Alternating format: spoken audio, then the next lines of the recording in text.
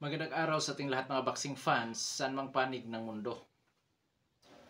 Ang bakbakan o labanan na ating tatalakayin ngayon ay ang sa pagitan ni Shakur Stevenson at Edwin De Los Santos.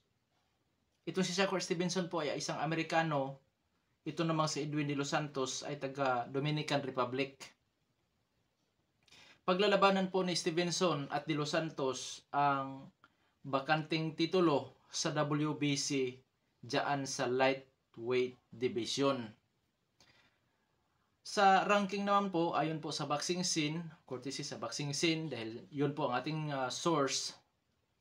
Itong si Shakur Stevenson ay rank number 1 sa WBC, rank number 1 sa WBO. Ito namang si Edwin De Los Santos, rank number 6 sa WBC, rank number 7 sa IBF, rank number 12 sa WBO. Itong si Shakur Stevenson po mga kaibigan, kung sakaling magtagumpay siya dito sa kanyang laban kay Edwin De Los Santos, ito po ang kanyang pangatlong division na paghaharian kung sakasakali. Pero sa tingin ko mga kaibigan, hindi ito madaling laban sa magkabilang panig. Malalaman po ninyo ito mamaya sapagkat ipapaliwanag ko po. Fight schedule Nobyembre 16, 2023. Doon gaganapin ang bakbakan sa T-Mobile Arena. Sa totoo lang mga kaibigan, peerless prediction ang aking gagawin dito.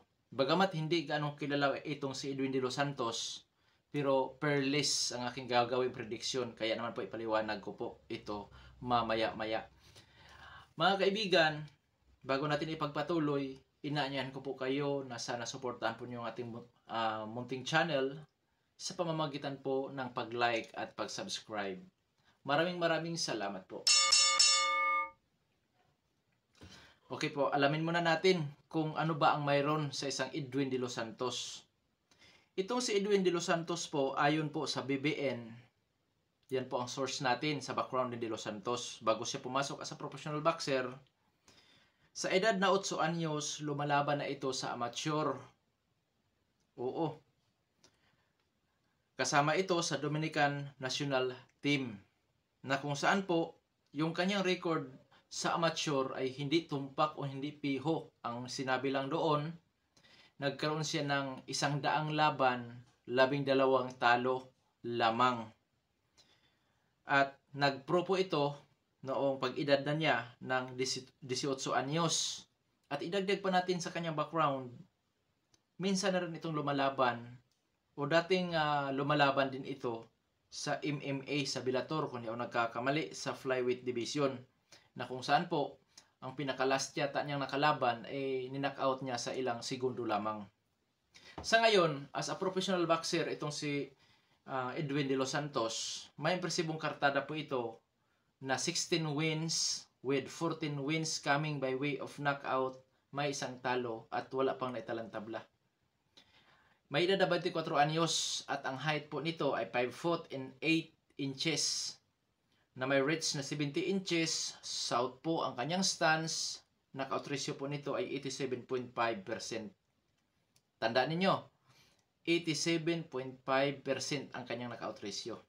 Huling lumaban, Hulyo 8, 2023, Joseph Adorno ang kanyang nakalaban, na kung saan ay panalo ni Edwin De Los Santos ang kanyang laban kontra Adorno by unanimous decision. At nakatikim ito ng kauna-unahang talo, mga kaibigan, sa kanyang professional career dyan sa boxing. Enero City 2022, nakalaban nito si William Foster III. Talo itong si Edwin De Los Santos sa kauna-unahang pagkakataon sa pamamagitan ng split decision. So close fight po yun mga kaibigan. Experience naman ito, bukod sa dating lumalaban sa amateur, ang pinakamatinding nakalaban nito mga kaibigan dyan sa professional fights, isa na dyan si Jose Valenzuela at si William Foster. Pagdating naman sa mga achievement ng batang ito mga kaibigan, 2 beses niyang nahawakan ang WBC, or maraming beses niyang nahawakan ang WBC Continental America's Lightweight title. So may mga regional title belt na rin itong napanalunan, itong si Edwin De Los Santos. Mga kaibigan, pagdating sa skills, sa nakikita ko mga kaibigan o sa aking obserbasyon sa kanyang galawan, lalo na sa huli niyang naging laban, technical fighter. Opo, technical fighter na kung saan napakahusay nito sa sa larangan ng pag-upinsa at depensa. Magaling sa upinsa, mahigpit din po sa depensa at napakagalaw. Ginagamit ang ring. May pressure fighter style, may counter-punching ability. Sa makatwid, napakahusay nito sa pagpapanatili sa kanyang distansya, sa kanyang kalaban. Yung kanyang footwork po mga kaibigan na para sa akin, may kakayahan ito o may skills ito na tinatawag na sweet science of boxing. Yan po itong si Edwin De Los Santos. Sa panig naman ni Shakur Stevenson, itong si Shakur Stevenson bago din pumasok as a professional boxer, siya naman po ay dating Olympian. Kung hindi ako nagkamali, nakasungkit ito ng silver or bronze medal sa Olympic. So hindi rin po basta-basta talaga ito si Shakur Stevenson, which is kilalang kilala si Shakur sa ngayon po mga kaibigan. As a professional boxer, itong si Shakur Stevenson ay may impresibong kartada. 20 wins with 10 wins coming by way of knockout. Walang talo at wala rin naitalang tabla. May edad ito na 26 anyos. Height 5 foot and 7. Weight 68 inches. Southpaw din ang kanyang stance. Knockout ratio 50%. Huling lumaban, itong si Shakur Stevenson, Abril 8, 2023. Hapon ang kanyang nakalaban. Ang pangalan nun ay si Suichiro Yoshino, na kung saan early rounds pa lamang na naipanalo na ni Shakur Stevenson ang laban by technical lockout or knockout. Experience nito si Shakur Stevenson, mga kaibigan, bukod sa dati itong lumalaban sa Olympic, matagumpay niyang nasungkit ang titulo o mga titulo sa dalawang dibisyon. Kung sakaling magtagumpay siya dito kay Edwin De Los Santos sa kanyang laban, mga kaibigan, ikatlong division na ito ni Shakur Stevenson. Opo. Nag-world champion itong si Shakur Stevenson noong 2019. WBO ang kanyang nahawakan. 2021, WBO din. At yun na nga, noong pinakahuli niya naging laban as a world champion, nakipag-unified po ito sa kanyang hawak dati na WBO, sa WBC naman ni yung kasama dati ni Canelo. I-comment mo lang sa baba mga kaibigan, nakalimutan ko yung pangalan. Ay, Oscar Valdez. Na kung saan si Shakur ang nagpatikim ng kanunang talo ni Oscar Valdez sa pamamagitan ng unanimous decision. Nabugbog din doon si Oscar Valdez or na-outbox. Pagdating sa skills nitong si Shakur Stevenson, technical fighter din po mga kaibigan. Taglay din ito ang sweet science of boxing. Sa tingin ko, all-around fighter din itong si Shakur Stevenson kasi kaya niyang makipagsabayan. Kung makapabor siya, nakipagsabayan. Yun nga, may sweet science of boxing. Ito, technical fighter para sa akin ang kanyang pinakagalawan po mga kaibigan. Sa comparison natin, pagdating sa edad at activity, parehong nasa prime. Height and disadvantage, liyamado si Edwin De Los Santos. Mas matangkad si De Los Santos na 1 inch. Mas mahaba ang galamay ni De Los Santos ng 2 inch. Parehong southpaw ang maglalaban. Dito mga kaibigan, lamang sa knockout ratio si Edwin De Los Santos, which is 87.5% ang kanyang knockout ratio. Samantala, itong si Shakur ay mayroon lamang 50%.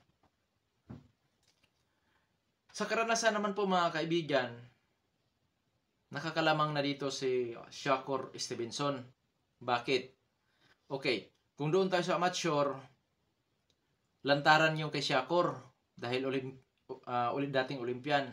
Itong si Edwin De Los Santos naman, hindi naka-record sa boxrec pati yung kanyang record as a amateur. O kung mayroon man, hindi ko siguro na kikita mga kaibigan. Pagdating naman sa professional fights, mga kaibigan, lamang si Shakur Stevenson, which is ikatlong division na niya ito. At kung sa uri naman tayo ng kalaban, nakakalamang pa rin si Shakur Stevenson, mga kaibigan.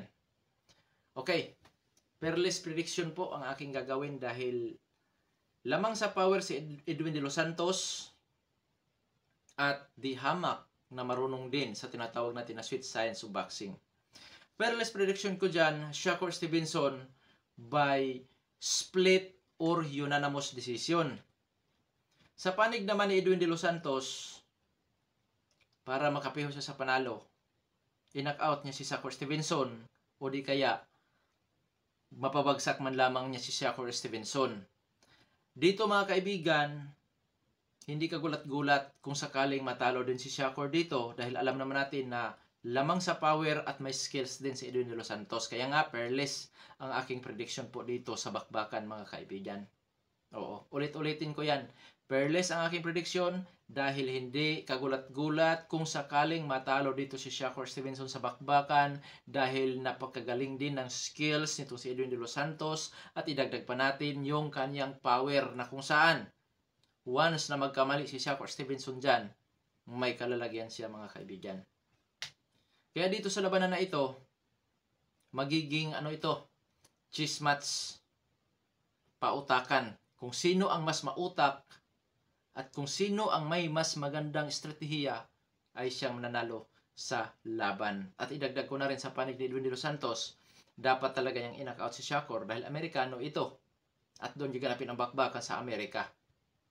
Alam niyo na ang ibig kong sabihin. Kahit pa sabihin natin neutral ground ang bansang Amerika sa sports, pero tandaan natin na Amerikano ang mapapalaban. Okay lang sana kung ang mapalaban ni Edwin De Los Santos ay Meksikano, Hapon, Thai fighter, yun ang tawag natin dyan na neutral ground talagang Amerika dahil parehong dayo yung maglalaban. Pero isipin na, tandaan natin na si Shakur Stevenson ay nasa bansang Amerika at pinapabango ng mga Amerikano itong si Shakur Stevenson po mga kaibigan. Kaya sa labanan na yan, makapiho si Edwin De Los Santos na may panalo ang laban. Yan kung mapabagsak niya si Shakur or ma-knock out niya si Shakur.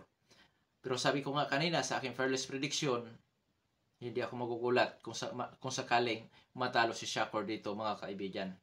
Dahil napakagaling din talaga pagdating sa teknikalan nitong si Edwin De Los Santos at idagdag pa natin yung kanyang power po na kung saan di dapat magkumpiyansa si Shakur Stevenson dyan dahil may kalalagyan din siya dyan mga kaibigan. Oo. Abangan natin dahil ang labanan na ito ay magiging mga kaibigan, magiging chess match kung sino po ang may pinakamagaling na teknik or estratehiya sa bakbakan na ito ay siyang mananalo. Hanggang dito na lamang ito, Padong Sports PH. Maraming salamat po.